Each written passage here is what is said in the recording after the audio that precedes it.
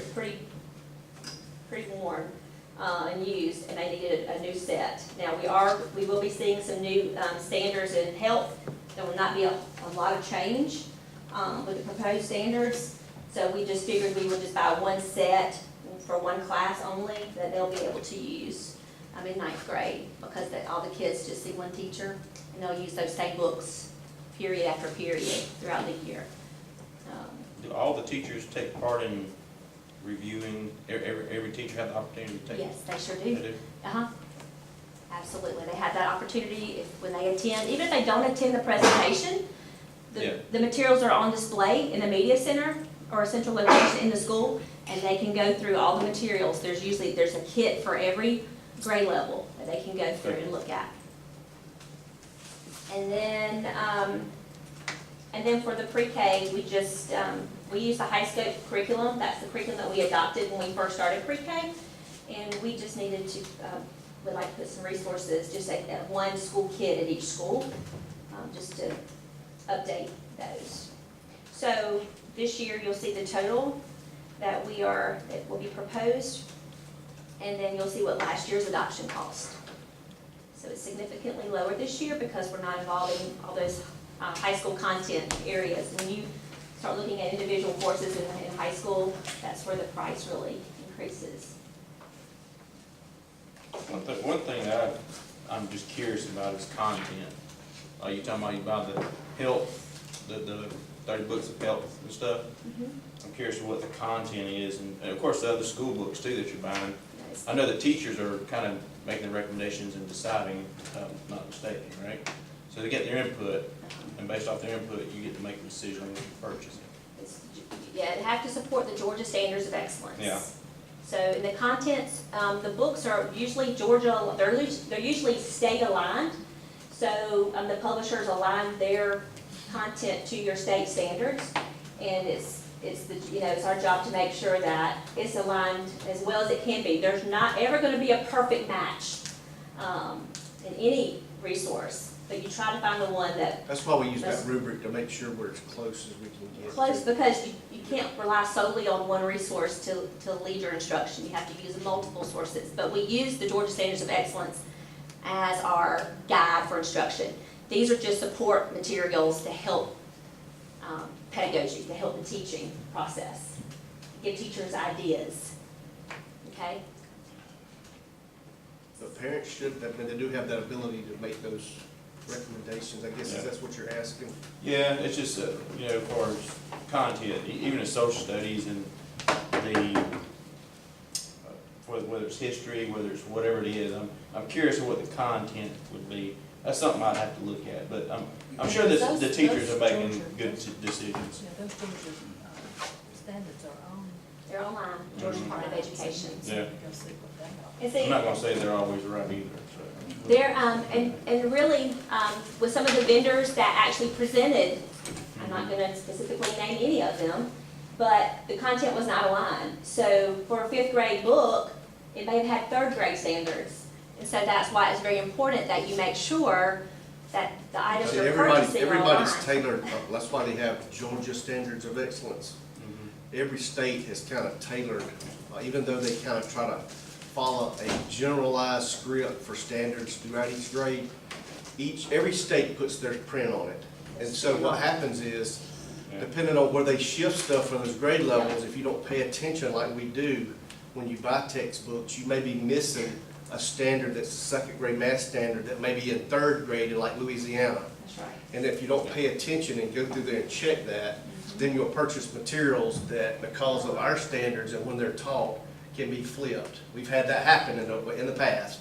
And so that's why we do what we do with that rubric, to make sure that we go standard by standard into that book to make sure that that stuff is in there. Now, if there's other types of standards that you're looking for, other types of information, then we just have to know what information that is that we're looking for. And then that you can use other resources to teach that.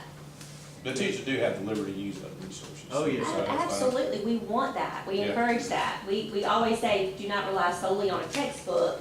Right. You teach the standards that are posted on the DOE, but you use the resources to guide that instruction. Right.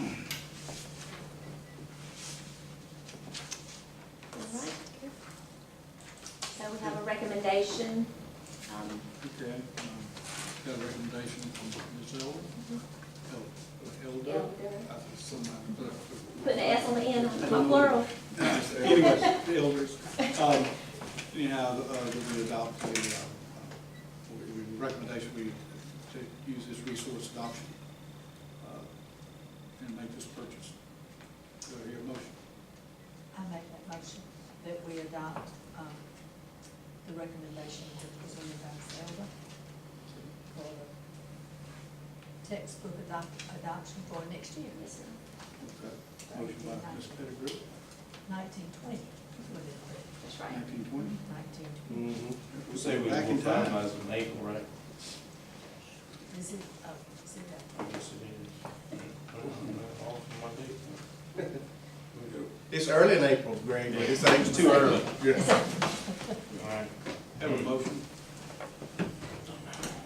so, Do I hear a second? Second? Ms. Wilson. All right. Any discussion? I'll just add that the funding for this is included in the SPOS project, so either resource adoption, any technology that goes with that is SPOS. I wish I knew a lot more about the content, that's all. 'Cause I really don't know much It'd be about nice it. to see the books that we're actually putting in the schools, because I'm like Greg, I don't have any idea what they're teaching, and I sure would like to know. Because you know, when we get to evolution, I don't know what I'm gonna do with you, because we teach that. Well, it's a theory, it's okay to teach theory, so. Well, as long as you're backing it up with where we really came from, I'm okay with it. But I would like to see what books we're putting in the schools. That's something we just need to look at as individuals, that's fine, but I think we can trust. And we encourage y'all to do that, and you are very welcome to go and do that. Absolutely. The standards, we can provide you with those, they're on the Department of Education.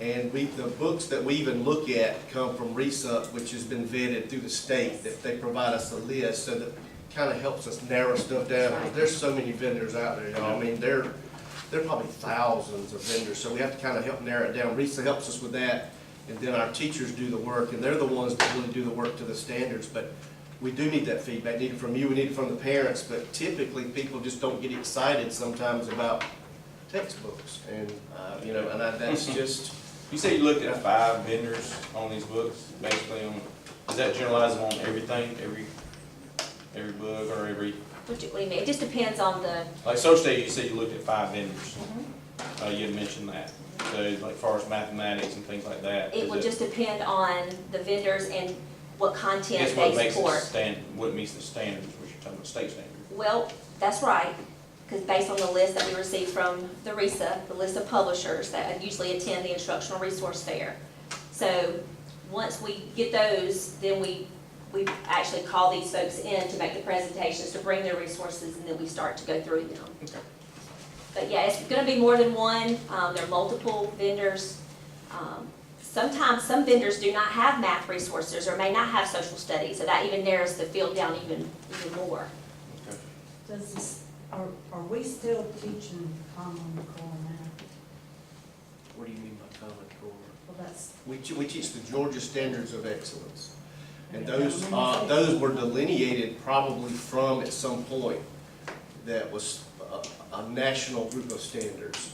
Every state developed them from a national group of standards, but typically, like I just said a while ago, every state puts their imprint on those, and they make some subtle differences, but they're generally the same, because you would kind of want that, because, just like we have kids that move from, we have kids that move between our elementaries.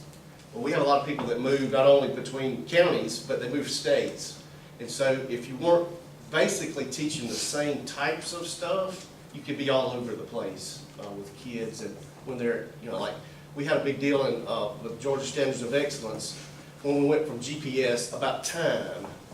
And it was when we taught it, and it was kind of skipped, and we had a grade that we had to go back and make sure that time was taught to them, because How to tell time. and that's an Yeah. example of like a state making their imprint on something, but it didn't align with where they were, and it was just a small gap. But we went back and fixed it. Locally, Yeah, we fixed it locally, but those are the type things you get into when you don't have and you call it Common Core, common set, just something that So when people travel around, like if we got a kid from Washington State the other day. We want to make sure if they're in 5th grade that hopefully they've had the main power standards from K4 so that they're not so far behind or so far ahead that it wouldn't be a good placement for us in 5th grade. And I'm sure, you know, when you're talking about national education, I'm sure that they're kin so that when people move around that they're just not lost when they come in there. You know, every state tries to follow a grade level type of standard as far as math, language, grammar, those type things. But I don't think Georgia's been very clear on trying to alienate itself from what they call Common Core. That's why they're called Georgia Standards of Excellence. Georgia Standard of Excellence did it did come off of Common Core, but they did make some stipulation changes. But yeah, it's moving on. But do know that There's still before some details. standards are approved at the State Department, there's opportunities for public input. So educators, so in order to determine which standards Georgia, Yeah, that was public Georgia input puts for their that. stamp of approval on, they have to get input from parents, from university professors, from educators, different educators, teachers, administrators, and they get, you know, public input on the standards before they're, you know, in draft form. But we went from QCC to GPS, and then to Georgia Standards of Excellence. And it's and what most of CC the states have followed a similar kind of path of adopting and making some subtle changes to make them their own. But I guess there's still some commonality between grades throughout the United States, I would say. There is, because Yeah. if you think about a NAEP test and Yeah. a national test. Right. All right, is that all the questions / discussion? Okay, we got a motion, got a second. All in favor, signify by raising your hand. And that's unanimous. Thank you. Thank you, Ms. Ellis. And next we have personnel process. I'm gonna pass these out, and Caitlin and I are gonna tag team. As we had promised at an earlier meeting, we're gonna walk through sort of a high-level view of the personnel process. A lot of things are common from certified teachers to classified employees, but a lot of things aren't.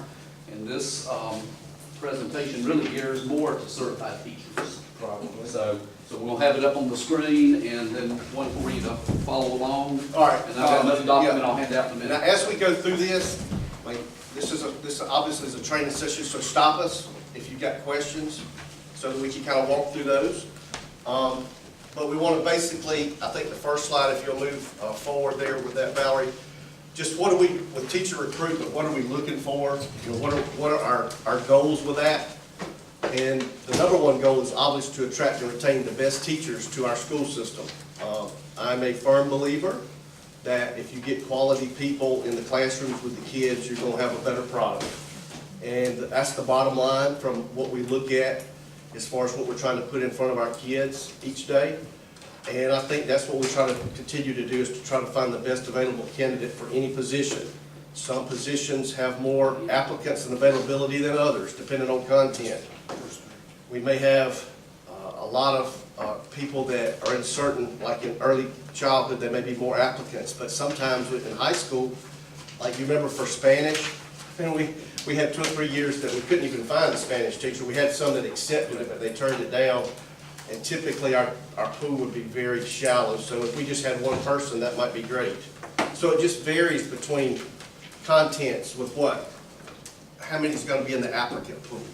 Our plan includes, and we meet centrally each year to develop what we call a teacher recruitment plan, or a certified employee plan of who we're going to go try to see which colleges and universities we need to go visit for teacher recruitment day, depending on their programs and things that we might be looking for. So we participate in job fairs throughout the year. Actually, today is one for Gordon College, and I usually go, but obviously I got to be here with you today. So I've got 2 assistant principals, Ms. Benz and Ms. Collier, are going to Gordon today, because we get a lot of people from Gordon College. So we want to make sure we participate in that. Around Middle Georgia, and I think we go into that in a minute. It'll tell you all the different colleges and universities that we try to get to. We'd love to go to a lot more, but I mean, we just don't have a huge staff. We share it amongst ourselves, and we do have principals and counselors.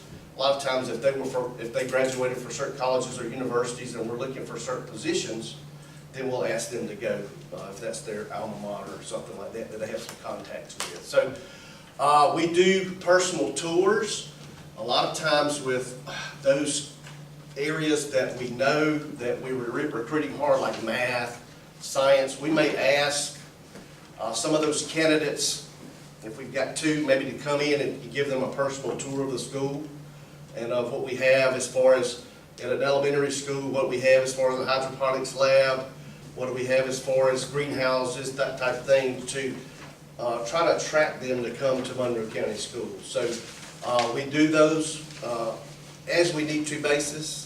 And so we've done several of those over the past few years, having them come in and just take them around. Online advertisement, we do through K-12, through Teach Georgia and AppleTrack are our two things, and we'll talk a little bit more about that later. But AppleTrack itself, the one that we use as our primary tool, our applicant tool, shares information with lots of websites throughout the state and throughout the nation. And I don't know if you know this, but AppleTrack, the one that we use, is probably the most common one in the state of Georgia.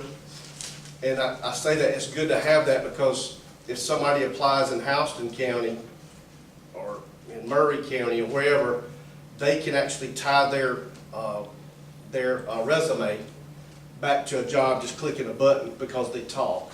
So we have a little bit better a way to attract through AppleTrack itself and the connections through AppleTrack. It's a very good product. We've got a lot of bang for our buck with that. If we hire somebody who, you know, and everybody's gonna apply through AppleTrack if we hire them, That's right. then you can tie back verification of employment forms and things like that, that you can do through that product as well. So The biggest thing that